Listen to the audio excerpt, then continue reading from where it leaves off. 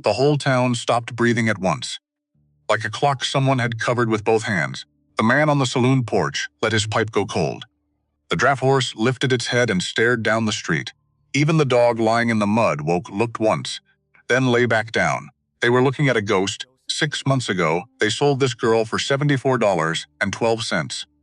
Sold her to a man the whole territory called Frill. A man who lived on top of the mountain with 5 children nobody dared speak of. They bet she'd last 3 days. One man said she wouldn't survive the first night. 6 months passed. Not a single soul came to collect. Now she's back. Walking straight.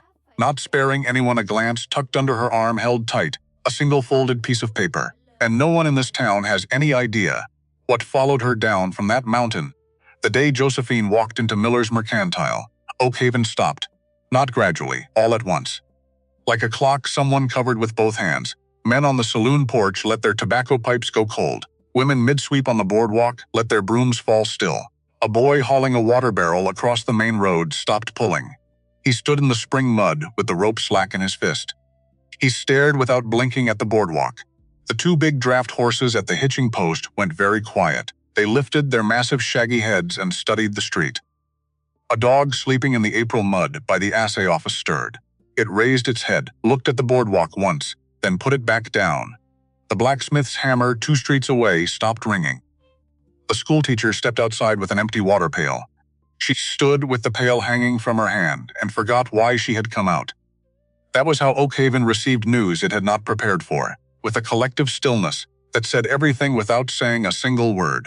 They were looking for a ghost. 6 months ago, they had watched a girl leave this very town.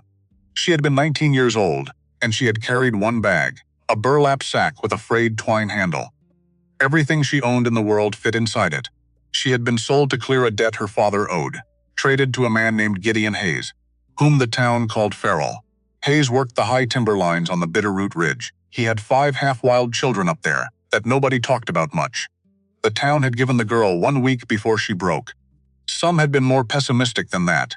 The men outside the saloon had made quiet private wagers. 3 days was the number. Most people arrived at without much argument.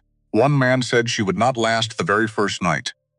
He was considered gloomy and uncharitable at the time. 6 months had come and gone. The sky had gone from September blue to winter white and back to April green. Nobody had collected a single bet.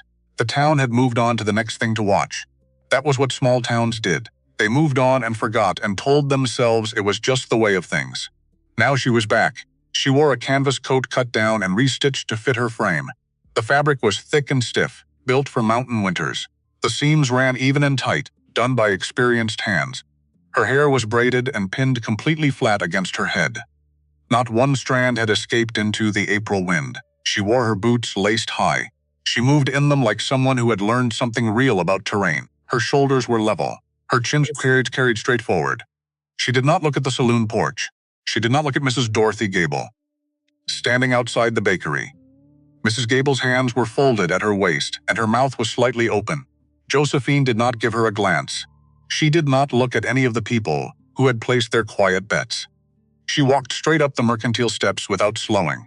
She pushed through the heavy glass door with one shoulder. Tucked under her right arm was a folded piece of paper. She held it the way a person holds something they intend to use. Not gently, the way you hold something fragile, with purpose. With the easy certainty of someone who has made a decision and stuck with it. The bell above the door rang once when she went in. A bright, ordinary, cheerful sound. Nothing about the rest of that morning was ordinary. Half of Oakhaven would still be telling this story a year from that day. The older ones would be telling it 30 years later.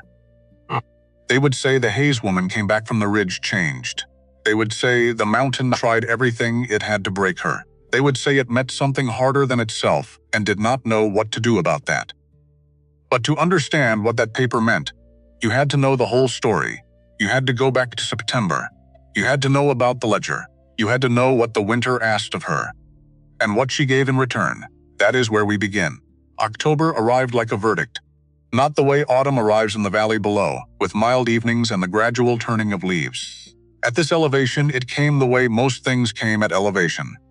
Without warning, without apology. One morning the ground was cold. The next morning it was frozen. The tamarack trees shed their last yellow needles in a single day of hard wind. and then the ridge was gray and brown and the color of old iron. The cold became the dominant fact of Josephine's existence. It was present in every part of every day. It was in the water bucket in the morning, where a crust of ice had to be cracked with the skillet before she could fill the pot. It was in the gap between the heavy log walls and the floor, where the draft ran cold and steady against her ankles. It was in the walk to the creek, which had grown worse as the shale footing became intermittently icy. The buckets got heavier, her shoulders got stronger, her hands were permanently rough now, permanently cracked, permanently smelling of lye soap and creek water. The hostility in the cabin had not vanished, but it had changed. Survival takes a particular kind of energy. When the temperatures dropped hard, there was not enough of that energy left over for sustained spite. Martha stopped hiding the matches when she realized it meant an extra hour of cold before the fire caught. Samuel stopped kicking mud when the ground froze solid and there was no loose mud to kick. Peter had never participated much in the campaign against Josephine. He was a 5-year-old and he was interested primarily in fire and in Henry and in whether there was anything edible within his reach. Thomas still watched her, but the watching had changed from measuring to attack to something else, something more complex. She did not try to name it. She just noted the change and kept working. There were small things, accumulating slowly. One evening she was sitting by the fire with Eleanor's notebook open on her knee, reading the recipe for salt pork and bean stew. Martha came down from the loft and stood at the bottom of the ladder for a moment. Then she walked to the cook fire and stood beside it, close enough to see the notebook, close enough to read over Josephine's arm. She did not ask permission. She did not announce herself. She simply stood there and read. Josephine did not acknowledge her. She turned the page. Martha leaned slightly to follow the text. They stood like that for 10 minutes. Then Martha went back up to the loft without a word. But she had stood there. She had come down and stood there voluntarily. That was something. That was a crack of different light coming through. Another evening, Josephine was mending by firelight when she heard a sound from the loft that she could not immediately identify. A low, soft, rhythmic humming. She set her needle down and listened. Samuel was singing to himself, barely above a whisper. She could not make out the words. The melody was simple and uneven and very earnest. The melody of a child who has been sung to and is now singing to himself from memory. She listened to it for a long time without moving. There was something in it that she could not name precisely. Something about the sound of a child who did not know anyone was listening. The unguarded sound. The sound of a person inside their own interior life. She went back to her mending. But she carried the sound of it with her through the rest of the evening. Gideon came home later that night than usual. He came in smelling of pine sap and cold horse, and the particular sharpness of high-altitude wind. He set his axe against the wall. He ate what Josephine had left covered on the stove. He sat for a while with his pipe. He did not speak and she did not speak, and the fire burned down between them and the wind moved against the logs. Before he went to his room, he paused at the door. He did not turn around. The first snow will come before the end of the month, he said. I have enough cordwood stacked for 6 weeks. After 6 weeks, I will need to go up to the high lines and haul more down. He paused. He was telling her something. She understood this. When I am on the high lines, I am 3 days from the cabin, he said. Sometimes 4. He went into his room and closed the door. Josephine sat with that information for a long time. The fire dropped lower, outside. The wind shifted and pushed harder against the north wall of the cabin. Above her, in the loft, 5 children were breathing in their sleep. She was the only standing between them and the mountain. She had understood this abstractly before. Now she felt it in her body. The way you feel the weight of something when you actually pick it up and hold it. She put another log on the fire. She went to her mattress. She lay in the dark and listened to the wind and thought about the word 4. 4 days from the cabin. She's memorized it the way you memorize information that will matter later. November arrived in the second week with a blizzard that lasted 3 days. When it cleared, the ridge was white and silent, and the world outside the cabin had been reduced to the distance between the door and the woodpile. Gideon had gone down to Oakhaven just before the storm to buy nails and lamp oil. He had taken Martha with him on the wagon. They were back before the snow started.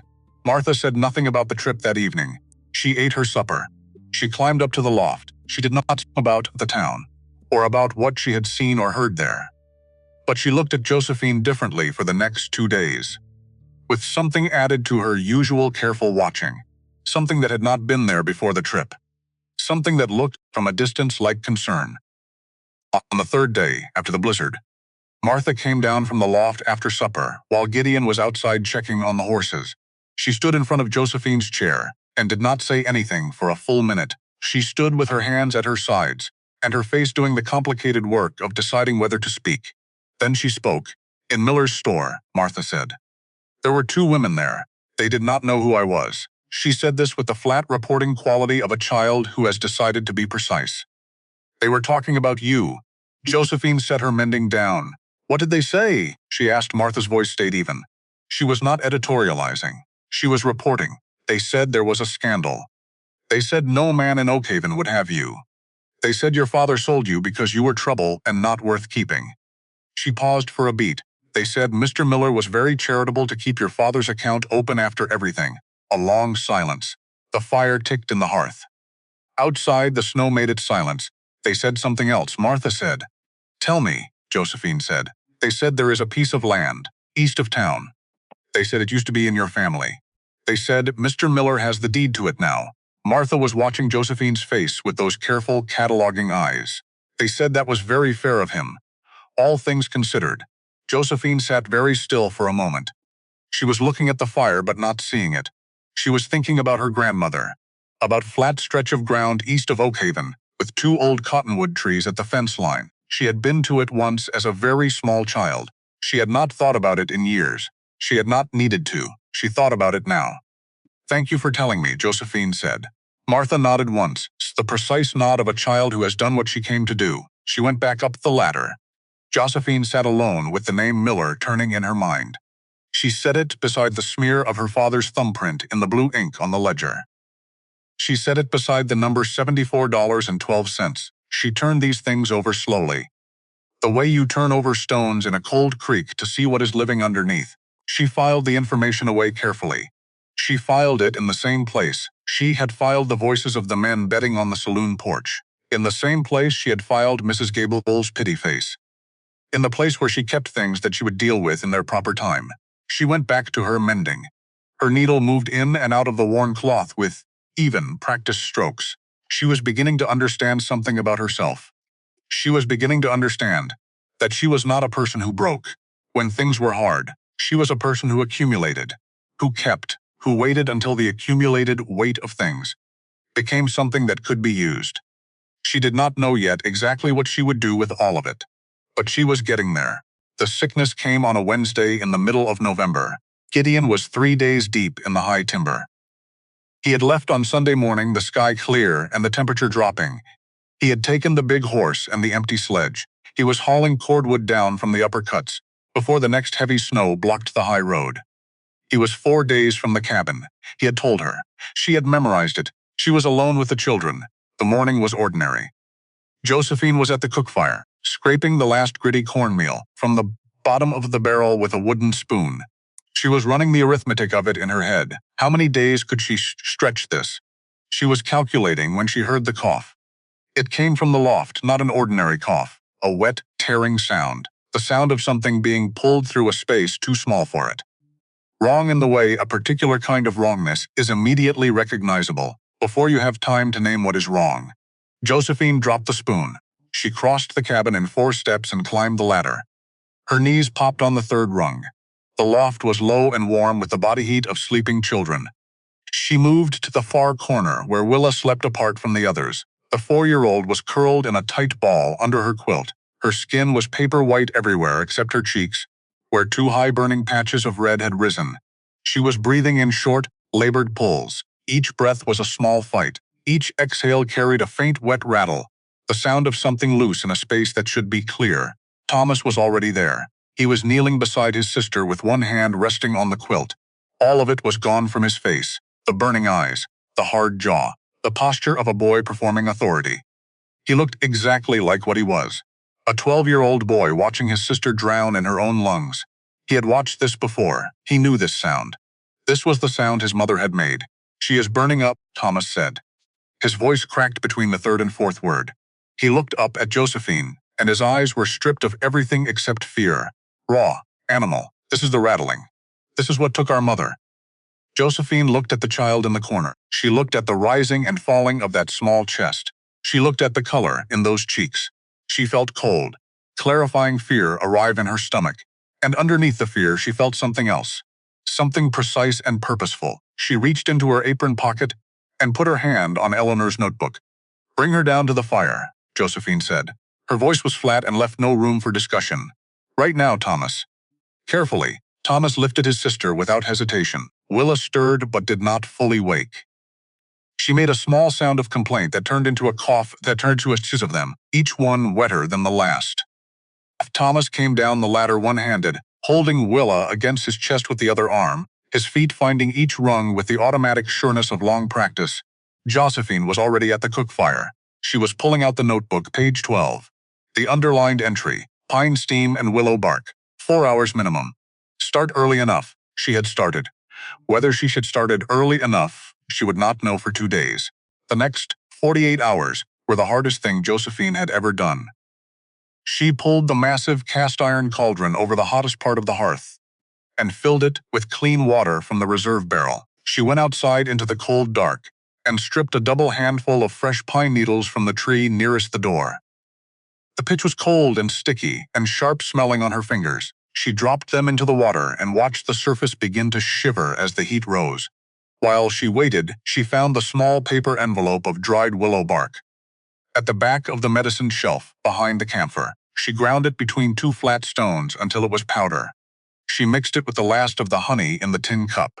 She added hot water from the edge of the pot until the mixture was thin enough to swallow. She read Eleanor's note again. 3 times. She wanted to be sure. The steam tent was a wool blanket draped over a chair above the cauldron. The idea was to trap the pine resin steam in a small space and force Willa to breathe it. The steam would open the airways. The willow bark would bring down the fever. Eleanor had done this before. The notebook said it worked. Willa did not cooperate. She was 4 years old, and she was sick, and she was frightened, and the tent was hot, and the steam was thick, and she wanted nothing to do with any of it. She thrashed against Josephine's arms. She cried in a thin, exhausted voice. She bit down on the webbing between Josephine's left thumb and forefinger with small, precise teeth and held on. Josephine did not yell. She locked both arms around the child and held her over the steaming water and rocked her back and forth, with a steadiness she did not entirely feel. "Breathe," she said quietly into the child's damp hair. "That is all. Just breathe." Thomas was beside her for every minute of it. He did not ask questions. He did not get in the way. He fetched snow in a bucket to melt for fresh water without being asked. He kept the fire at its highest possible heat, feeding it constantly with the dry split wood from the stack beside the door. He watched Josephine's hands on the notebook and on the medicines with an unblinking intensity, as if he was memorizing a technique he would need to know. At some point in the late afternoon, Josephine looked over at him and saw that he had opened the notebook himself. He was reading page 12, with his lips moving slightly. She said nothing. She turned back to Willa. The first night was the worst. By midnight, Willa's cough had worsened. It shook her whole small body. It came in clusters that took minutes to subside. Thomas sat against the wall, a foot from Josephine, and watched with his hand flat on his thighs and his face held very still. Josephine could feel the effort it cost him. She could feel his fear in the room like something solid. It added itself to her own. The willow bark had brought the fever down a fraction. Not enough yet. Josephine made another cup of the mixture and got half of it into the child in small spoonfuls over the course of an hour. Around 3 in the morning, Willa stopped coughing for a stretch of 11 minutes. Josephine counted them. Then the coughing came back. Worse, at 4 in the morning something changed. The coughing suddenly stopped. Not gradually. It simply stopped. The silence was terrible. It lasted 10 seconds, then 12. Josephine had one hand on the child's chest. She felt the flutter. She felt the ribs move. A breath, small and shallow, but there. "She is still breathing," Josephine said. She said it very quietly, just above a whisper. She said it to herself as much as to Thomas. Thomas pressed his forehead down against his knees and held very still for a moment. The second day continued in steam and heat and the thick resinous smell of pine and camphor and occasional small disasters. Josephine lost track of time in the focused way. You lose track of time when you are paying complete attention to the next thing and only the next thing. Willa drank more willow bark. The fever moved. It went up, then came down, then climbed again. Martha had come down from the loft sometime in the middle of the first night. She had not been asked. She sat against the far wall and watched. She kept the younger boys quiet when they woke. She fetched things when Josephine pointed at them. She did not speak, but she was there, and that was more than nothing. Near the end of the second afternoon, Willa fell into a real sleep, not the fitful, grimacing sleep of the fevered. A real sleep with loose limbs and an open mouth and the smooth, deep breathing of a body doing the repair work it had been waiting to do. The rattling was gone from her chest. The awful pulling quality of each breath was gone. She breathed as easily as any child sleeping. Josephine sat in the rocking chair with the child across her lap. She was too exhausted to put her down. Her hair had escaped its braid, entirely, and hung around her face. Her dress was stained with soot and sweat and the various residues of 2 days of siege. She did not care about any of it. She sat in the chair and held the sleeping child, and watched the fire burn down. Thomas was asleep at her feet. He had been sitting up against the chair, and at some point had simply tipped sideways onto the rug and gone still. His head was resting near the hem of her skirt. He had not chosen to do this. He had simply stopped being awake. The fire ticked. Outside, the wind had gone quiet. The door opened. Not the slow creak of an unlatched door settling in the wind. The definite opening of a door that someone was coming through. Cold came in with the force of the outdoors, and with it the smell of night, and frozen horse and pine, and the particular cold that clings to a man who has been traveling through it for hours. Gideon Hayes stepped into the cabin and stopped inside the threshold. He was covered in snow that had not yet melted off his coat. His beard had frozen into pale spikes at the tips. His boots left wet, dark prints on the floor. He smelled of exhausted horse and 3 days of outdoor work, and cold that went all the way through him. He stopped and he looked at the cabin. He saw the stiflingly hot room. He saw the steam of the cauldron still faintly coiling from the embers. He saw the medicinal smell, the smell of camphor and pine resin and sweat. He saw Thomas asleep on the rug with his head near Josephine's feet. He saw Will across Josephine's lap, breathing. He stood very still for a long moment. Josephine was awake. She had been awake for most of 2 days. Her eyes were bloodshot and heavy-lidded. She looked at Gideon over Willa's head with eyes that were very tired and very direct. She tried to stop breathing on. "The second night," Josephine said. Her voice was hoarse from the steam and the long hours. "I would not let her." Gideon took off his gloves. The leather made a sound in the quiet room. He walked to the fire. The snow melting off his coat hissed against the hot hearthstones as he moved. He looked at his son asleep on the floor. He looked at his daughter's breathing chest. He stood with his hands at his sides. And something was happening in his face that had very little to do with the cold. He sat down in the chair across from Josephine. He sat in it the way a man sits down, when his legs have finally given him permission to stop moving. He looked at the fire. He said nothing for a long time. "I was not here when their mother needed me," he said. He said it to the fire. He said it without decoration or qualification. Just the plain fact of it, finally spoken aloud in this room where it had been unspoken for a year. "I heard her cough the morning I left for the timberlines. I told myself she would be fine by the time I returned." The fire breathed. Outside the wind had gone completely still. "I was 4 days gone when the children came to find me," he said. She had been gone for 2 of those days already. Josephine sat with the sleeping child in her arms and looked at the man across from her. She looked at the deep, still quality of his pain, the kind of pain that has been carried in silence for a year and has calcified around itself. "You are here now," she said. She said it plainly. Not as comfort exactly, not as absolution, as a plain statement of the present. He was here. He was sitting in this chair in this room. The past was the past. The present was a child breathing. Gideon looked up from the fire and looked at her. His pale slate eyes were different in this moment from every other time she had seen them. They were not empty. They were full. Full of things that had no particular name but were entirely real. He reached out slowly and gathered Willa from her arms. His enormous rough hands were utterly careful. He settled the child against his chest and held her with the particular tenderness of a man, holding something he came very close to losing. "Sleep," he said. His voice was low and carried well in the quiet room. "I have the watch." Josephine let her head fall back against the chair. She was asleep before the next log settled in the fire. Willa recovered. Not quickly and not completely smoothly. She had 2 more bad nights in the week after the fever broke. Nights when the rattling came back faintly and Josephine was up before Gideon could be, standing over the cauldron with the pine needles and the willow bark already out. But the bad nights grew shorter and farther apart. By the end of the third week, Willa was sitting up in the loft, eating hard bread, and demanding things in her usual peremptory way. By the fourth week, she was following Josephine around the cabin floor, with her characteristic relentless interest in everything Josephine's hands were doing. Something had changed in the cabin. Not dramatically, not in a way that anyone announced or discussed, but the air was different. Thomas still watched Josephine. He was a watcher by nature, and he did not stop being one. But the quality of what he was watching for had changed. He was no longer measuring the distance to the door. He was watching the way a person watches. Some things are still deciding what to make of. Something that has shown them a quality they did not expect and are still processing. He began to ask questions. Not directly, not in ways that required him to acknowledge he was asking. He would stand near her while she was doing something and say things like, "What is that for?" in a tone that implied he was not particularly interested in the answer. She would tell him anyway. He would nod and move away. The next day, he would be standing near her again.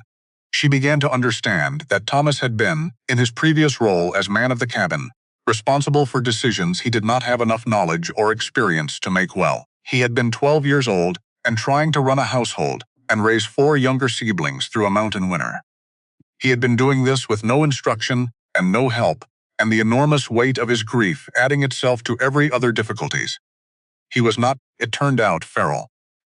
He was overwhelmed. He had been overwhelmed for a year, and he had handled it by turning his face to everything and everyone and refusing to show any weakness to anything that might exploit it. She could not tell him she understood this. She did not have the language for it, and he did not have the capacity to receive it. But she could work alongside him. She could answer his not questions. She could give him tasks that required judgment and not supervise how he completed them. She could treat him like someone whose work mattered. She began doing these things. Martha had crossed a line somewhere in the 2 nights of Willa's illness, and she had not crossed back. She was not warm, precisely. Martha was not a warm child by temperament, and Josephine did not try to make her one. But she was present now in a different way. She came down when Josephine was cooking and stood close enough to see. She asked questions that were clearly questions, without the pretense of indifference Thomas required. She read Eleanor's notebook over Josephine's shoulder, and occasionally pointed to something on the page and said, "What does this mean?" Josephine told her. Martha filed it away. She did not thank her. She did not need to. In the deep cold of December, Gideon came back from the timber lines earlier than usual. He came in one afternoon with snow in his beard and set down his tools, and stood in the kitchen doorway, and watched Josephine and Martha working at the cook fire together. Martha was measuring flour by hand into a bowl. Josephine was stirring the pot. They were not talking. They were simply working in the same space without friction. Gideon stood and watched this for a moment, then he went out to split wood without saying anything. But when he came back in that evening, he sat at the table while Josephine served the meal. He sat in his chair with something less rigid in his shoulders than usual. Something that was not quite ease but was approaching it, the way a frozen thing approaches thaw. In very small, almost imperceptible increments, they survived December. They survived January. February was the worst month, the deepest cold. The month the wind came down off the high peaks with a sustained and personal ferocity. The flour was down to the last quarter barrel. The salt was nearly gone. They ate what there was and may do, but they ate together. Every evening, all of them at the table. That was something. It had not been true in September. It was true now. April came to the Bitterroot Ridge in chaos, the way real spring comes to high country. Not with the gradual turning of valley trees and mild cooling evenings. It arrived like a thing that has been held back too long and has lost patience. The snow gave up in stages, going from solid to slush to a torrent of brown water, pouring off the slopes in every direction. The world thawed in a mess of mud and rushing sound, and the smell of things that had been under ice for months finally being exposed to air. They had survived. This was not a small fact. They were thinner than they had been in September. Their clothes were more patched. The cabin had the particular density of a place that had been lived in hard, and without any luxury for 6 consecutive months. But nobody had died. Nobody had broken. Nobody had run. The flour barrel was empty. Josephine turned it over and let the last fine dust of it settle in a thin white cloud on the table. The salt was gone. 2 candles remained. She had been cutting the last brick of soap into smaller and smaller pieces for 3 weeks. One evening, Gideon sat at the table, sharpening his axe with a wet stone. The long, even sound of metal on wet stone filled the cabin. He worked with the same steady rhythm he brought to every task. Present, economical, patient. Josephine was mending nearby by firelight. The needle moved in and out of the worn cloth. "We go to Oakhaven tomorrow," Gideon said. He said it the way he said most things. Without preamble, without building up to it. Josephine set the mending down and looked at her hands. They were not the hands she had arrived with. The palms were permanently thickened, the skin roughened in the way that does not go back to smooth no matter what you do. The knuckles were enlarged. The skin was cross-hatched with thin white scars from knife slips and the harsh soap and the cold. She turned them over slowly in the firelight. She studied them. She was not the girl who had ridden up this mountain in September. She knew this clearly, the way you know things that have been demonstrated to you over a long period by events. She was something different, something with more mass, more density. She had been compressed by 6 months of sustained pressure into a different form. She was, she thought, something like the pinewood Gideon cut, the kind that was hard to dent. She went to the trunk in the corner and found her canvas coat. She brushed the dried mud from the hem. She checked the stitching on the restitched seams and found them solid. She hung the coat near the door for the morning. Before she went to her mattress, she went to the kitchen shelf and took Eleanor's notebook down. She carried it to the table and sat with it for a moment. She opened the first page and looked at the name written there in faded purple ink, Eleanor M. Hayes. The handwriting was neat and slightly compressed, the handwriting of a woman who was precise about things. Josephine thought about a woman who had planted an apple tree in frozen ground and been told it would not take. A woman who had written down everything she knew in purple ink for whoever came after. A woman who had not known what kind of person would come after her or what they would need, but who had written it all down anyway. She put the notebook in the night pocket of her canvas coat, where it would ride against her side on the way to town. She lay down on her mattress and listened to the April wind coming off the peaks and thought about what she would do when she walked through the door of Miller's Mercantile. She thought about it for a long time, until she had it completely clear, until there was no part of it she was uncertain about. Then she slept. The wagon ride down into Oakhaven was completely different from the ride up. Everything that had made the September ride heavy was gone. The silence between them was the same silence, technically. Neither of them spoke much, but the quality of it had changed entirely. It was no longer the silence of two people trapped together by circumstance. It was the silence of two people who had been through something together and did not need to perform anything about it for each other. The horses moved well in the spring air. The trail had softened with the thaw. The wagon springs were doing less work than they had in the frozen ruts of autumn. The sun was out for the first time in weeks, cutting through the pines at a low angle and making the new snow on the high peaks look like light rather than cold. Thomas sat in the wagon bed with his back against the side rail. He had left the Winchester at the cabin.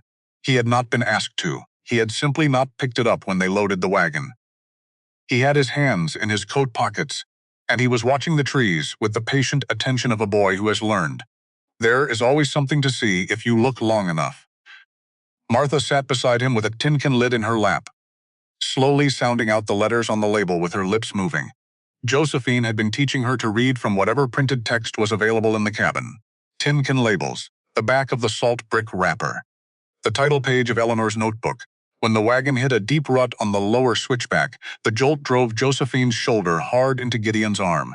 Neither pulled away. She found her balance against his solid mass and stayed there, and he drove and neither said anything about it. Oakhaven came into view as they descended the last long grade. It looked exactly as it had in September, a loose arrangement of false front buildings and muddy boardwalks. The same smoke from the cookhouse chimney, the same horses at the feed store, the same assay office, the same saloon porch. But as the Hayes wagon came down the main road, the town stopped. The women on the boardwalk paused. The men on the saloon porch went still. Heads turned. They were doing the same calculation they had been doing for 6 months whenever someone asked about Hayes and the girl from Oakhaven. The calculation of whether their predictions had been right. Whether they were about to be proven right now. They had been expecting something specific. A hollow-eyed girl, reduced and beaten down, brought back to town to be returned to wherever she had come from. Or they had been expecting Gideon Hayes alone, claiming she had run off into the winter timber and never come back. Both versions had circulated at the saloon through the winter. Both had their supporters. Instead, the Hayes wagon pulled up in front of Miller's mercantile. Gideon stepped down and walked to Josephine's side and offered a hand. She took it and stepped down beside him onto the spring mud of Oakhaven's main street. She straightened to her full height. Her canvas coat was clean. Her hair was braided and pinned. Her eyes were clear and direct and resting on the mercantile door ahead of her. She did not look at the saloon porch. She did not look at Mrs. Gable standing outside the bakery with her hands folded and her expression already reorganizing itself to receive whatever this moment turned out to be. She walked up the mercantile steps and pushed through the door. The bell above it rang once. Cornelius Miller was behind the counter, weighing nails when she came in. He looked up. His eyes went wide for a fraction of a second, before the merchant's careful blankness came back down over them. He was a heavy man with quick, small eyes, and the particular self-assurance of someone who has operated within the rules for so long that he has forgotten they are rules he chose to follow. "Well," he said, "Josephine." "I will be 50 pounds of flour," Josephine said. Her voice carried to the back wall of the store without effort. It was a voice that had spent 6 months cutting through wind, and over the heads of 5 children who did not want to listen. 10 pounds of salt, a gallon of molasses, 3 yards of the heavy canvas from the back. The children have worn through every knee in the place. Miller blinked. Of course, he turned to look past her. Gideon had come through the door and was standing just inside it. He had not moved further into the store. He stood with his arms at his sides, which was somehow more present than crossing them would have been. Miller looked at Gideon and then back at Josephine. "Your father was in here just yesterday, Josie. He was asking whether—" "My name is Josephine," she said. The temperature in the room dropped 1 degree. "And I have no interest in what my father was asking. His account was settled 6 months ago. I have my own account now." Miller opened his mouth and then closed it. Mrs. Gable had come in through the front door behind Josephine and was examining a display of glass jars near the entrance. Her ears were practically vibrating. Miller tried a light tone. "She is a tough one, Gideon. She must keep you on your toes up there on the ridge." From the doorway, Gideon said nothing. He had not said anything since they came in. He did not need to. His presence filled the room from where he was standing, and that was entirely sufficient. Josephine waited. Miller went to fill the flour order. While he was in the back, the bell above the door rang again. Hector Vane came in. He had come from the direction of the saloon. He had been drinking since mid-morning, which was visible in the looseness of his walk and the careful way he placed his feet. He was a tall man, and he had the remnants of a tall man's dignity, which made the erosion of him more noticeable. He saw Josephine and stopped inside the doorway. "Josie," he said. His voice was too warm. "It was the warmth of a man who wants something, father," she said. She did not turn to face him. She kept her eyes on the counter. He moved closer.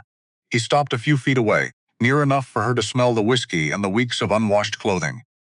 Near enough for her to see, in her peripheral vision, the slight unsteadiness of his hands. "I've been thinking about you," he said. "Up there on that mountain. I just wanted to say, do you know what mattered to grandmother?" Josephine said. She said it to the counter. Conversational, in tone. "The land east of town, with the 2 cottonwood trees at the fence line. Do you remember that land?" A silence, "Josie. You signed a loan agreement for it," she said. "When I was 15. You were drinking. It was a piece of land held in family trust, which means it was not legally yours to sign over." She turned and looked at him for the first time. "You knew that when you signed." Hector Vane looked at his daughter. The warmth in his face had gone. What was underneath it was complicated and not easy to look at. "It was a difficult time," he said. "The debt was real. Miller was. I know what Miller was," she said. "I know what you were. We do not have anything more to say to each other, father." She turned back to the counter. Hector stood for a moment in the doorway of his choices. Then he walked back out through the door, back in the direction of the saloon. The bell rang once as he went. Mrs. Gable, near the glass jars, had forgotten to pretend she was looking at anything. Miller came back from the storeroom with a sack of flour over one shoulder. He set it on the counter. He went back for the salt. He was moving efficiently, the way a man moves when he wants a transaction completed, and the people involved cleared out of his store. He set the salt down. He went back for the molasses. Josephine waited. When everything was on the counter, she reached into the inside pocket of her canvas coat and drew out the folded piece of paper. She placed it flat on the counter in front of Miller. She smoothed it once with the palm of her hand. "I also want to discuss the Vane land on the East Road," she said. The parcel with the 2 cottonwoods. Miller looked at the paper. He looked at Josephine. He looked past her to where Gideon stood. Josephine, Miller said carefully, that parcel was settled through a legal loan agreement. Your father signed in good faith and he signed when he was drunk, she said. He signed property held in family trust. He did not have the legal right to encumber it. She tapped the paper once with one finger. This is a formal petition of restoration. The law on inherited trust land is very specific about this. She had spent 2 evenings this week reading through the one legal document she had access to, a copy of the territorial land statute that Gideon had kept in a drawer. For reasons she had not asked about. She had read it until she understood what it said. She had not told anyone she was doing this. Miller read the document. He read it twice and his quick, small eyes moved back and forth across the page in a way that told her he was looking for the out. For the clause or the detail that made this go away. He did not find one. This requires a co-signatory, he said. Someone with property on record in this county, I know.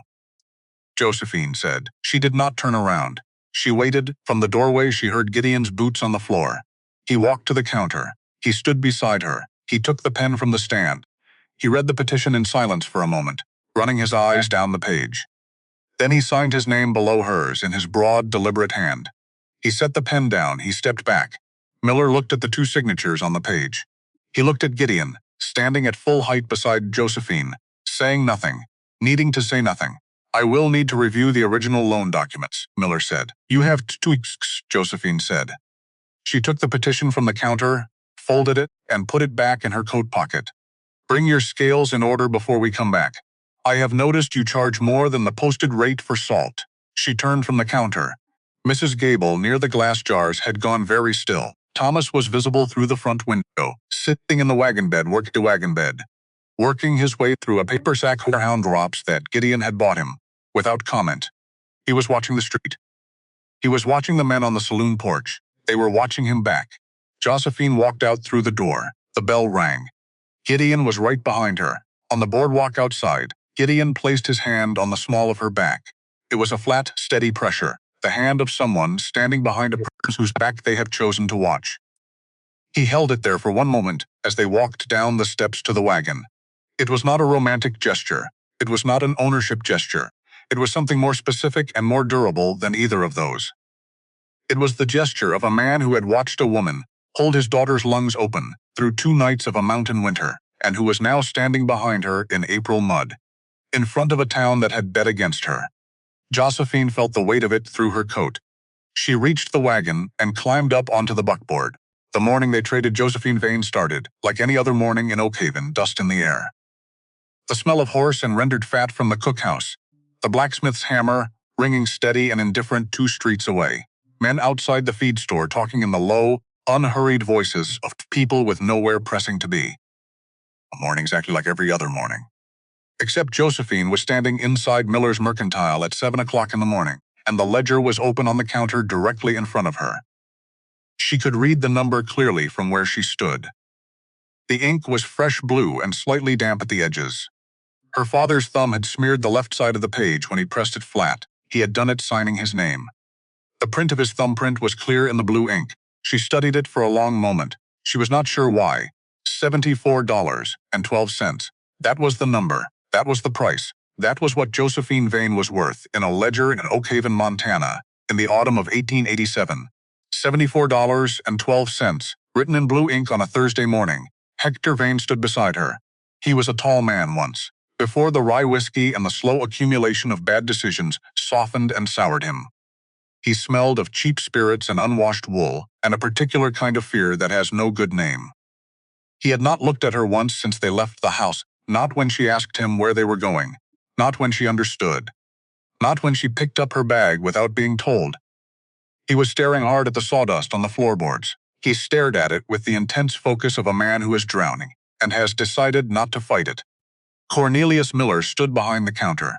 He wore the practiced blankness of a man who had arranged many transactions he preferred not to examine too closely. Business was business. The world ran on accounts and balances. Everyone understood the rules. He told himself these things regularly, and they served him well enough. Gideon Hayes stood on the other side of the counter. He was the largest man Josephine had ever stood near in her life. A full head taller than anyone else in the cramped store. He smelled of pine pitch and wet horsehair, and old wood smoke worked deep into every fiber of his clothing. His coat was buffalo hide, stiff with grease and long use.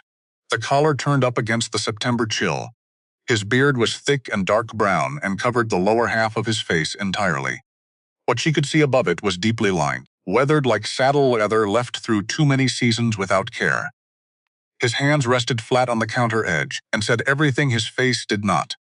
The knuckles were scarred over and thick with calluses. The skin had been built up across years of work that asked no quarter and gave none.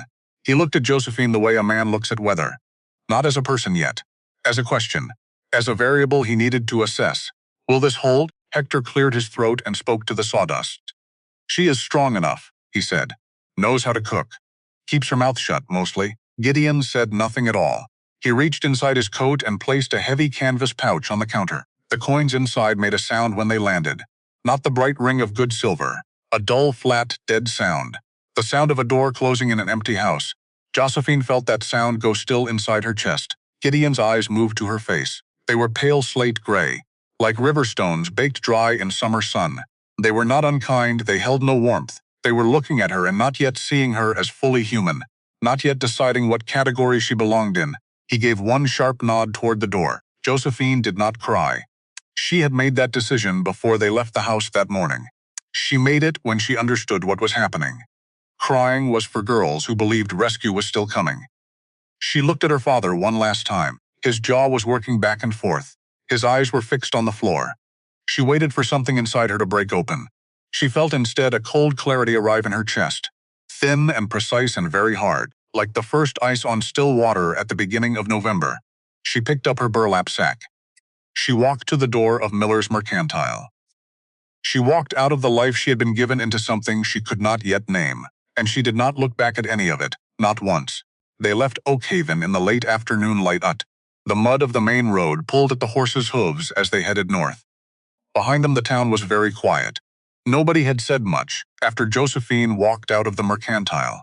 There was not much to say that was not already said by the shape of what they had seen. Thomas climbed up into the wagon bed and sat with his horehound dropped and watched the town shrink behind them. He watched the saloon porch specifically, where the men who had placed their bets 6 months ago were still sitting. He looked at them for a long time as the wagon pulled away. None of them said anything. They just watched. Thomas turned his face forward toward the road leading north. He did not look back again. The horses found their pace on the grade. The town fell behind. The smell of Oakhaven, wood smoke and horse, and the particular compressed smell of a community living close together, gave way to the sharper, cleaner smell of the foothills. The pines began. The air thinned. The light changed, going golden and low and long-shadowed across the trail. Josephine reached into her coat pocket and drew out Eleanor's notebook. She set it on her knee with both hands resting on the cover. Gideon glanced down. He recognized it. She had not told him she had been carrying it. But he knew what it was. She could tell from the particular stillness that moved through him when he saw it. He looked back at the road and drove. The apple tree will flower next month, Josephine said. If the frost holds off. Gideon drove for a moment without speaking. The horses blew through their noses and climbed. Eleanor planted it the first winter we were up here, he said. The ground was still frozen deep. I told her to wait for spring. You mentioned that, Josephine said. She planted it anyway, he said. She told me that things planted in frozen ground put down roots that go too deep to kill. She said that was the whole point of frozen ground. Josephine looked down at the notebook in her hands. She was right, she said. Gideon was quiet for a moment. Then he said, she was right about most things. She did not make a habit of pointing it out. Josephine let a small silence settle and then said, she was a good teacher. He looked at her. She was not your teacher, she left her notes. Josephine said. That is a kind of teaching. She ran her thumb along the spine of the notebook. She wrote down what the children needed, what worked for the cough, how to read the weather off the eastern ridge before it turned. She wrote it all down for whoever came next. She paused. She did not know who that would be, but she wrote it anyway. Gideon was quiet for a long time. The wagon climbed. The pines closed in on both sides. The shadows of the late afternoon came long and cold across the trail. She would have liked that it helped, he said finally.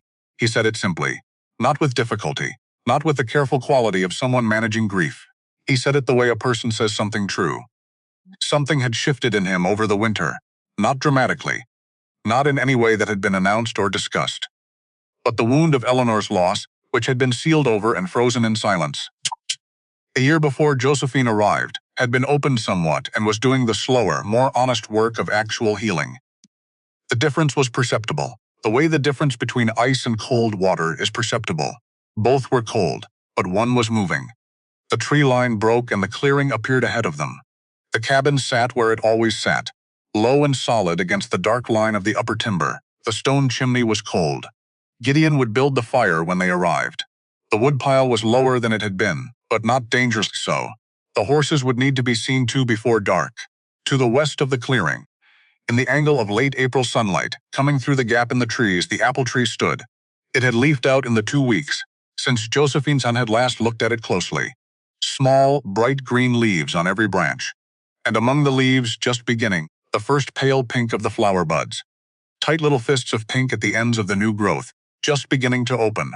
Not open yet, but holding. Committed. Josephine looked at the tree and did not say anything. Gideon pulled the wagon to a stop. He wrapped the reins around the brake.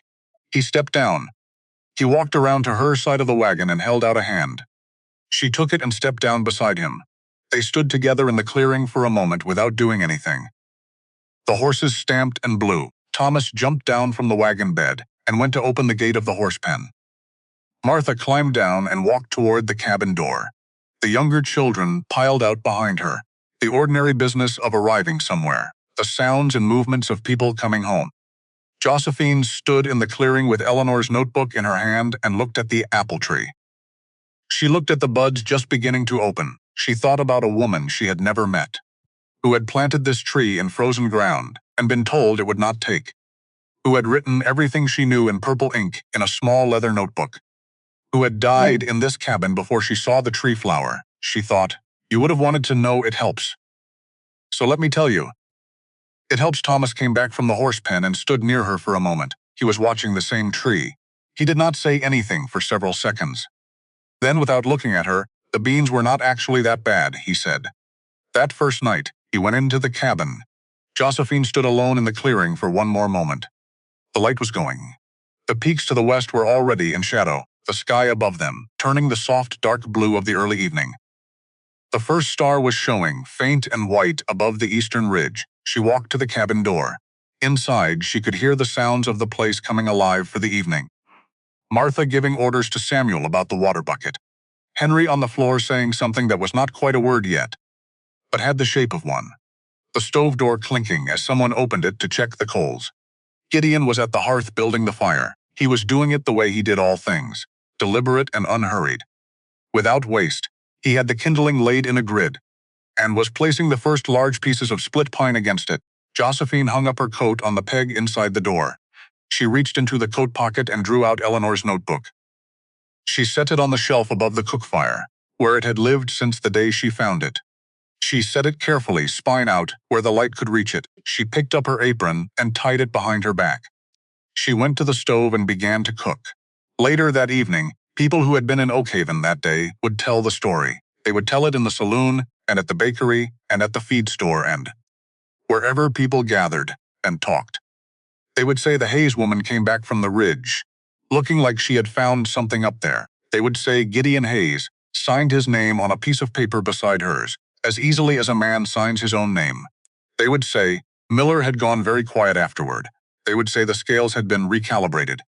They would wonder, some of them, what it meant, what she was to him now. What exactly had happened on that mountain? Josephine never answered that question in the way people wanted it answered. She had been asked it by enough people over enough years that she had developed a response, and the response was always the same. She said there were things built from blood and winter that outlasted anything built from words. She said the apple tree Eleanor planted in frozen ground still flowered every April without fail, even in the hard years. She said the children on the Bitterroot Ridge grew up knowing that the person who had kept the fire lit for them in the worst winter of their young lives was not the person anyone had chosen. She was the person who had not left, and she said that was all there was to say about it. Outside the window of the cabin on the Bitterroot Ridge, the sky went dark and the stars came up over the eastern peaks in the way they always had and always would. The fire burned. The mountain held everything in its enormous, indifferent arms. The apple tree stood at the edge of the clearing in the last of the light. Every bud was holding. Everyone committed. Everyone exactly where it needed to be. The walk from the mercantile door to the wagon was not long, it felt very long. Oak Haven was watching through dirty glass and from doorway shadows. Josephine felt the weight of their attention between her shoulder blades. It had a physical quality, like something being pressed against her back. She walked through it without slowing. Mrs. Dorothy Gable stood outside the bakery with her hands folded at her waist. Her expression was full of a heavy, reaching pity, the pity of a woman who feels a great deal of sorrow about things happening to other people, and who has organized her life so as not to be inconvenienced by that sorrow. The expression was meant to communicate sympathy. It communicated something else entirely. Josephine looked away before she said what she was thinking. The men outside the saloon murmured to each other in low voices. They passed small coins between their hands without making a show of it. She caught fragments as she walked past. 3 days before she runs. She will not make the week. Lord knows what she did to deserve that man. She heard every word. She heard the comfortable certainty in those voices. The pleasure people take in deciding how other people's stories will end. She climbed up onto the buckboard without waiting for Gideon to offer a hand. The wood was splintered and cold against the back of her dress. She set her bag across her knees.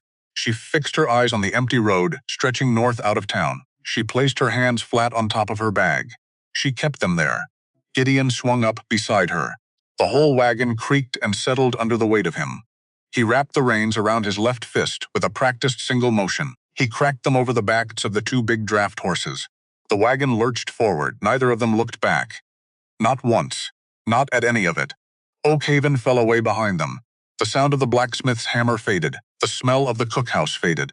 The pressure of being watched faded slowly, then all at once. The main road went straight north for a quarter mile, and then began to curve toward the foothills. Josephine watched the curve approaching. She watched Oak Haven disappear behind the angle of the road. She breathed out, very slowly, through her nose. The mountains ahead were enormous against the September sky. They were pale gray and blue and white at the peaks, cold-looking even in this last thin warmth of autumn. They were not concerned with her arrival. They were not concerned with anything she had come from or anything she was going to. They simply stood there, as they had always stood, waiting. Josephine set her hands in her lap and looked at them. She had grown up with those mountains in the east window of her bedroom. They had always seemed like a boundary, a wall at the edge of the world she was allowed to inhabit. She had never thought she would cross them. She had certainly never thought she would be sold across them. The wagon rattled and jolted on the road. The horses blew through their noses and settled into the long rhythm of a working pace. The September dust rose behind them and settled. The town of Oak Haven became a smear of wood and smoke in the valley below. And then it was nothing at all, just the road and the mountains. Ahead and the sound of the wheels turning. Josephine sat very straight on the buckboard. She did not speak. She did not ask where they were going or how far it was or what she was expected to do when she got there. She knew some of those answers already. The ones she did not know she would learn in time. That was what you did when you had no other option. You learned what you needed to learn. And you went on. The foothills rose on both sides of the road. The trees began, first scattered, then crowding in. The sky narrowed above them. The air changed almost immediately, going sharper and thinner with every quarter mile of elevation. Josephine pulled her thin wool coat tighter against her throat. Gideon drove without looking at her. He drove the way he seemed to do most things, with complete economy, without waste, without any apparent concern for how he was being perceived by anyone sitting beside him. She studied his profile from the corner of her eye and thought, "This is the man who bought me this morning. This is the person I belong to now, in the way objects belong to people." She felt the cold clarity in her chest tighten one more degree. She looked back at the road ahead. She was not going to think about it that way. She was going to think about what needed to be done. That was all. That was enough. The climb into the Bitterroot Mountains took 5 hours. In those 5 hours, Gideon Hayes said exactly 11 words to Josephine Vane. The silence between them was not the comfortable silence of people who know each other well. It was not the awkward silence of strangers with nothing in common. It was heavier than both of those. It was the silence of 2 people who had entered an arrangement neither had chosen, and who understood that there was nothing useful to say about that, so nothing was said. The wagon axle squealed on every rotation of the wheels. The horses set a steady, unhurried pace up the switchback trail, their shaggy coats darkening with effort as the grade steepened. The valley floor fell away below them in stages, first the rooftops of Oakhaven, then the thin smoke from the cookhouse chimney, then the flat gray thread of the creek below the town, then nothing below but ridge and sky and the climbing road. The lodgepole pines closed in from both sides as they rose. They were tall and straight, and extraordinarily indifferent, growing close enough together that the afternoon sun broke through, only in thin, cold strips. The strips moved across the horses' backs as the wagon wound through the curves. The shadows between them were cold. Even in September this high up, the shadows bit. Josephine pulled her coat tighter and held it. The air grew sharp and thin as they climbed. It cut at the exposed skin above her collar. It made her eyes water slightly in the moving air. She blinked and kept watching the road. She studied Gideon from the edge of her vision when she was certain he was not watching. He drove with complete economy of movement. Left hand on the reins, right forearm resting across his knee. Eyes fixed ahead on the road without shifting. He sat in the cold the way a stone sits in the cold, without protest and without acknowledgement. She noticed his hands in detail. They were extraordinary hands, in their way. Not beautiful, not even particularly clean. But they communicated something very clearly. They communicated years of sustained and honest work. They communicated strength that had been built slowly and used constantly. They were not hands that had spent much time idle. She was still looking at his hands when he spoke. They are feral. The sound of his voice was sudden enough that her fingers tightened on her bag. His voice was a low, grinding rumble, like stones working against each other underwater. She had not expected him to speak. Excuse me? The children. He kept his eyes forward on the road. Their mother died a year ago. Winter fever, a beat. I worked the timber lines from October through March, another beat. They have been alone up here most of that time. A pause. They will not make it easy on you. Josephine looked at the pine shadows crossing the pack trail. I did not expect them to, she said. Do not try to mother them. The words were flat, not unkind. Just flat. Just keep them fed. Keep them from burning the cabin down. I am not anyone's mother, Josephine said. The bitterness came before she could thin it. I am a ledger entry. Nothing more. Something moved in Gideon's jaw. A muscle tightened under the thick beard and released. He did not argue with her. He did not defend himself. He pressed the horses slightly harder up the grade and the wagon groaned and climbed. And that was the end of the 11 words. The silence returned. It was heavier now, carrying more in it. The tree line thinned slightly as they neared the upper elevation. The afternoon light was changing, going flat and cold as the sun moved behind the western peaks. The sky above the clearing ahead was beginning to change color. Bruised purple spreading from the ridgetops. Orange, bleeding along the western horizon. The colors of something that had been hit hard and was deciding whether to keep going. The trail wound through one last stand of dense timber and then opened abruptly into a clearing. The cabin sat at the far edge of it.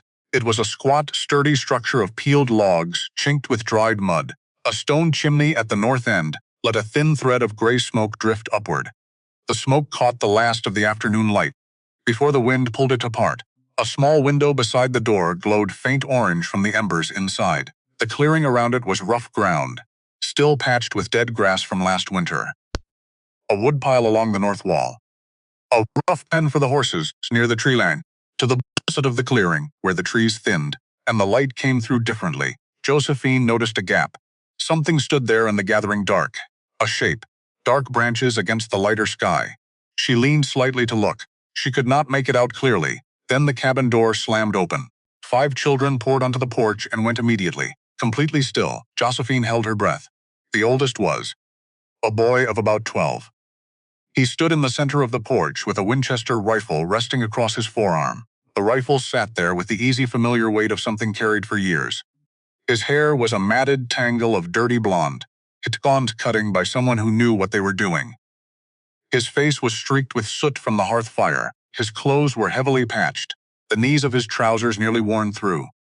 He held the rifle and he looked at Josephine, with eyes the same pale slate gray as his father's. But his eyes were not empty. His father's eyes were empty. This boy's eyes were burning. They held the kind of heat that builds up in a closed space over a long period of time. The fury of someone who has lost something enormous and has not yet found anywhere to put it down. Beside him stood a girl of about 9. She held a thick stick in both hands across her body, the way a person holds a tool they know how to use. Her dress was ripped at the hem and stained dark with blackberry juice down the front. Her expression was entirely closed. She was watching Josephine with the flat, careful attention of a small animal, deciding whether to hold its ground or bolt. Behind the girl, two younger boys pressed close together. They peered out from around her sides with wide, cautious eyes. Maybe 7 and 5, close in age, the same tangled hair, the same wariness. And on the porch boards in front of all of them, entirely unbothered by any of it, a toddler in a soiled linen shift sat with complete concentration and gnawed on a piece of raw firewood. He did not look up. They looked like wolves cornered in a den and deciding whether to show their teeth. "Put the rifle down, Thomas." Gideon said it from the wagon seat without raising his voice. No anger in it. Nothing but the weary certainty of a man saying something for the 100th time.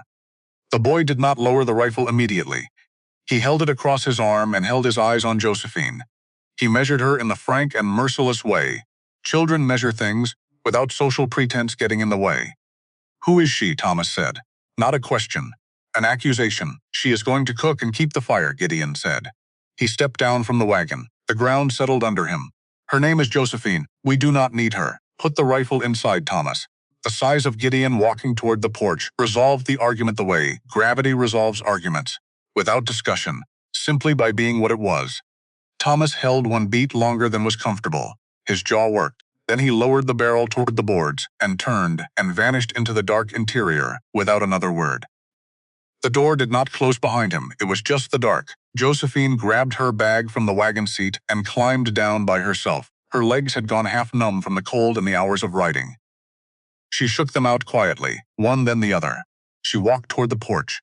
The 9-year-old girl stepped directly into her path and held her ground with both hands on her stick. She smelled of unwashed hair and wild onions and creek water, and something underneath that was faintly sweet, like dried summer grass.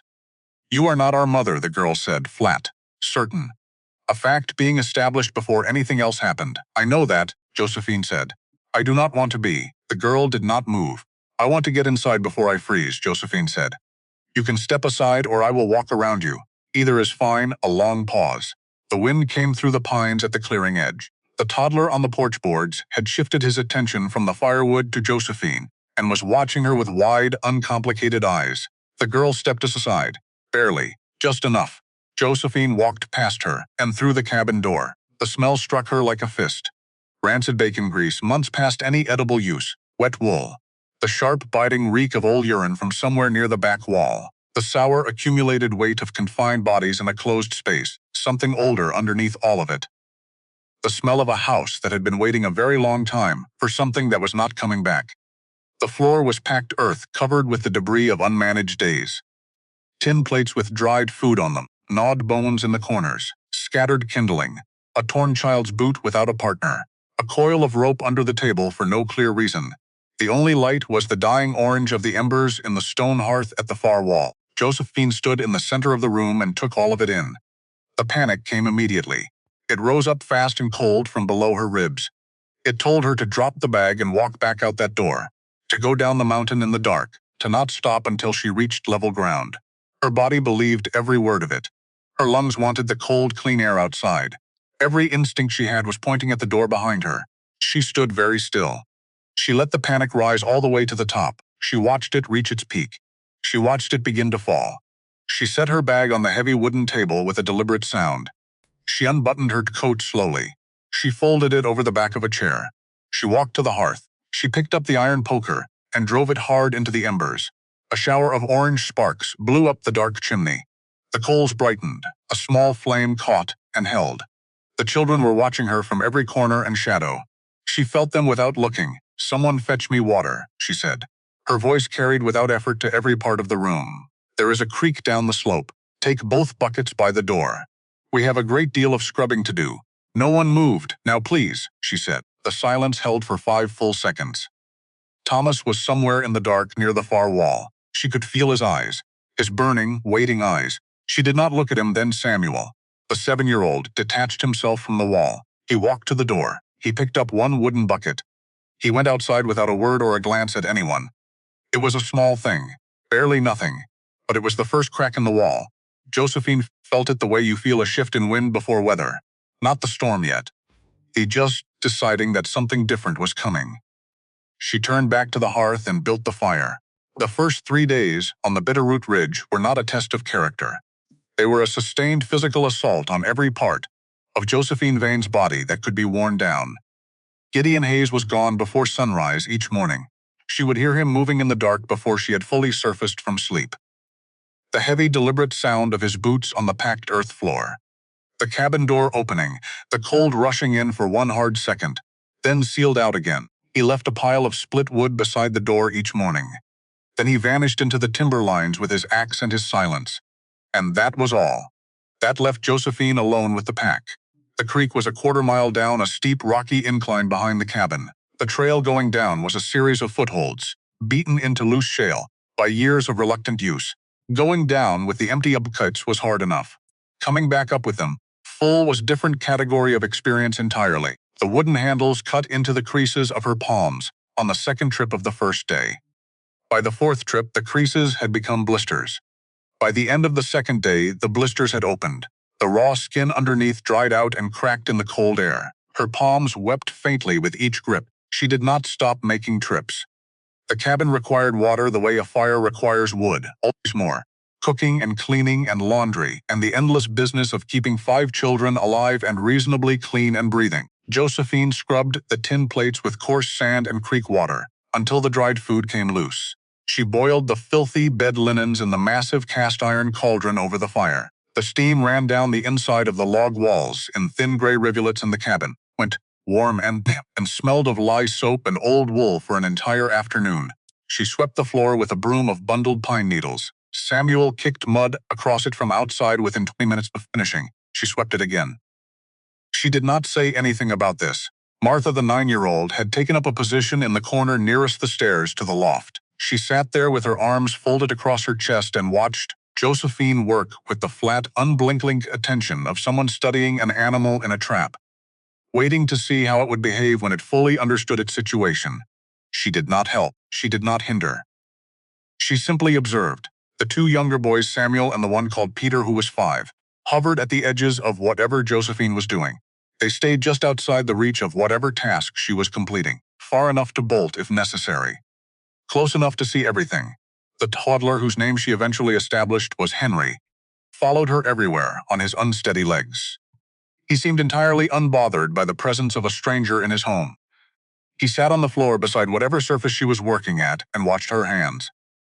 He occasionally picked up dropped things and handed them back to her. He did this with an expression of deep personal satisfaction. Thomas was the general of the campaign against her. He was methodical. He did not shout. He did not throw things. He operated in the precise margin between accident and intention, where nothing could be proven but everything was understood. He set his elbow on the edge of a bucket of clean water she had just carried up and looked mildly surprised when it tipped. He fed wet wood into the fire on cold mornings, so the cabin filled with eye-stinging smoke. He occupied the best chair nearest the hearth when she needed access to the cook fire, and did not move when asked. He moved on the third ask, but not the first or second. He watched her with those burning slate-gray eyes. He was calculating something. He was measuring how long she would hold up. He was doing what he could to shorten that time. By the end of the second day, her hands were cracked and bleeding. Her back had developed a grinding ache that had stopped feeling like pain and started feeling like weather. The persistent, unignorable kind that you could not pretend was not there. She did not stop working. On the evening of the second day, she made a small, specific discovery. She had been moving through the kitchen, reorganizing the tin plates on the rough wooden shelf above the cook fire, when her hand found a jar behind them. It was a small clay jar sealed with wax. She pried the wax off with a thumbnail. Inside was a 1/4 cup of dried rosemary and 2 whole cinnamon sticks and a folded note. The note said, in small, careful handwriting, "For the stew when the cold really comes." No name, no date. She stared at the note for a long time. She put the jar back where she had found it. She kept working. But something had shifted slightly in her understanding of where she was. She was not in an empty cabin. She was in a cabin full of someone else's life, and that was a different kind of place entirely. The days had a rhythm. It was not a good rhythm, but it was consistent. Josephine woke in the cold dark. She cracked the ice on the water bucket with the butt of the iron skillet. She built the fire from the wood Gideon had left. She cooked what there was to cook. She hauled water. She cleaned what needed cleaning. She made decisions about the day's work and executed them without consultation. She went to bed on the thin mattress in the corner of the main room long after the children were asleep in the loft. She did not feel warm toward any of them. She was aware that this was significant. A different kind of woman might have felt something maternal stirring, might have looked at the toddler with his wide, solemn eyes, and felt her heart open despite herself. Josephine did not. She felt the efficient, practical concern of someone responsible for keeping small beings alive. That was different from warmth. It was more durable. It did not depend on being appreciated or returned. Thomas escalated on the second day. He had graduated from passive sabotage to something slightly more deliberate. On Tuesday morning, he took the better of the 2 water buckets and left it at the bottom of the slope behind the cabin, instead of bringing it back up. Josephine noticed it was missing after she had made 2 trips with the remaining bucket. She went back down the slope, retrieved it, and said nothing. On Tuesday afternoon, he fed 3 large pieces of damp pine into the fire while she was hanging linens outside. When she came back in, the cabin was full of thick gray smoke. Her eyes stung for 2 hours. She opened the door and the window and fed dry kindling into the hearth until the smoke cleared. She did not address this directly. On Wednesday morning, he took the broom she had left by the door and hid it in the woodpile. Josephine found a bundle of stiff pine branches and bound them with a strip of rawhide and made another broom. It took her 40 minutes. She swept the floor with it. Thomas watched from the doorway with his arms crossed. He did not say anything. Neither did she. Martha was watching all of this with extraordinary attention. Josephine had begun to understand Martha. The 9-year-old was not hostile in the way Thomas was hostile. She was waiting. She was a child who had learned for excellent reasons not to commit herself to anything before she had enough information. She was gathering information. She gathered it in the corners of rooms and in doorways, and from the loft above, looking down through the rungs of the ladder at whatever Josephine was doing below. On the afternoon of the 3rd day, Josephine found Eleanor Hayes. She had not been looking for her. She had been looking for the matches which Martha had taken and hidden as a contribution to the general campaign. She was searching the back of the lowest kitchen drawer, moving aside folded cloths and a stub of candle and a handful of rusted nails, when her fingers found the edge of something small and smooth. She drew it out. It was a notebook. Small. A leather cover worn smooth at the corners from regular use. The leather was brown and soft in the way leather gets when it has been handled with warm hands many times over years. She opened it. The handwriting inside was small and very neat, written in faded purple ink. Recipes numbered 1 through 43. Measurements given in cups and handfuls and pinches. The measurements of a practical woman cooking for a family in a place where precision instruments were a luxury she had not packed. At the margins of certain recipes, small notes in the same careful hand. Thomas likes extra cinnamon in the apple bread. Willa will not eat onion if she can see it in the food. The boys eat double when the wind gets bad. On page 12, underlined twice with a firm hand. Pine steam and willow bark for the chest cough. 4 hours at minimum. It works if you start early enough. Josephine stood in the cold kitchen with the notebook in her cracked hands. She stood for a long time. She read the recipe notes. She read the margin notes. She read them the way you read the handwriting of someone you never met, but somehow recognize. She thought about the jar of rosemary and cinnamon sticks. She thought about the apple tree she had half noticed at the western edge of the clearing. Standing bare in the early October chill, Eleanor Hayes had written down what she knew. She had written it for whoever came next, or perhaps only for herself, in case the winter took her, in case the knowledge she had built needed somewhere to go when she was gone. Josephine closed the notebook. She held it in both hands for one moment. Then she put it in the pocket of her apron. She found the matches under the lip of the windowsill, where Martha had put them, and she went back to building the fire. The 4th day arrived gray and cold with high thin clouds stretched thin across the sky. Josephine had spent 2 hours that evening, reducing salt pork and dried beans into something that qualified technically as edible food. Her back had developed a grinding ache that had moved past pain into something more like a permanent condition. She served the plates onto the rough-hewn table. She sat down with the children at the table for the first time since arriving. Thomas walked over. He looked at his plate. He looked at Josephine. His expression was entirely composed. Behind the composure was something deliberate, something that had been decided on. Not fury. Calculation. He did not shout. He did not pick up the plate with both hands. He leaned over with one slow, casual forearm sweep and knocked the plate off the edge of the table. The tin hit the dirt floor with a sharp metallic clatter.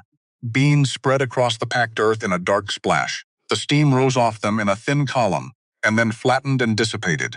The cabin froze. Martha drew a sharp, short breath. Samuel pulled back in his chair. Peter pressed himself against the wall behind him. Henry on the floor looked at the spilled beans with wide, untroubled eyes. Thomas straightened up. He squared his shoulders. He puffed out his chest in the particular way of a 12-year-old boy, trying to find the width and authority of a grown man in a frame not yet large enough to hold it. "Slop," he said quietly. "My mother cooked better than this." The words fell into the room and sat there. Josephine looked at the beans on the floor, the steam still rising. She was not calculating a strategy. She was not choosing a response. There was no choosing involved. There was a hot, clean, blinding flash of rage that had been building for 4 days and had now reached the top of its container. She picked up her own plate. She stood. She walked the 4 steps to Thomas with even paces. She drove the plate edge first into the log wall directly beside his left ear. The impact was enormous in the small room. A sound like a rifle fired indoors. Beans and pork grease exploded across the logs. Thomas flinched back so violently that he stumbled over the leg of his chair and landed hard on the dirt floor. Both hands went out to catch himself. His eyes had gone wide and stripped completely bare. Josephine stood over him. Her chest was heaving. She could smell the salt on her own hands. She looked down at the boy on the floor and she let him stay there. She let silence work. "Your mother is dead," she said. She said it quietly. The kind of quiet that takes up more space than shouting. "I am not her. I am tired. I am bleeding, and I will not stand here and watch a boy who thinks wasting food makes him a man." Thomas stared up at her. His chest was moving hard. "You will clean that up," Josephine said. She pointed at the mess on the floor with one cracked and slightly shaking finger. "And you will go to bed hungry tonight, and if you ever waste food I have cooked again, you will sleep in the barn with the horses." A long silence.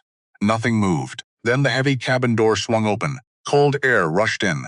With it, the smell of pine resin and frozen mud and horse. Gideon Hayes stepped into the doorway, an axe in his right hand, sawdust on the shoulders of his coat, the evening dark at his back. He stopped inside the threshold. He looked at the beans on the wall. He looked at Thomas sitting on the floor. He looked at Josephine, whose breathing had not yet slowed, whose hands were still faintly shaking at her sides. The silence stretched across all 4 walls and the ceiling. Josephine waited for what would come next.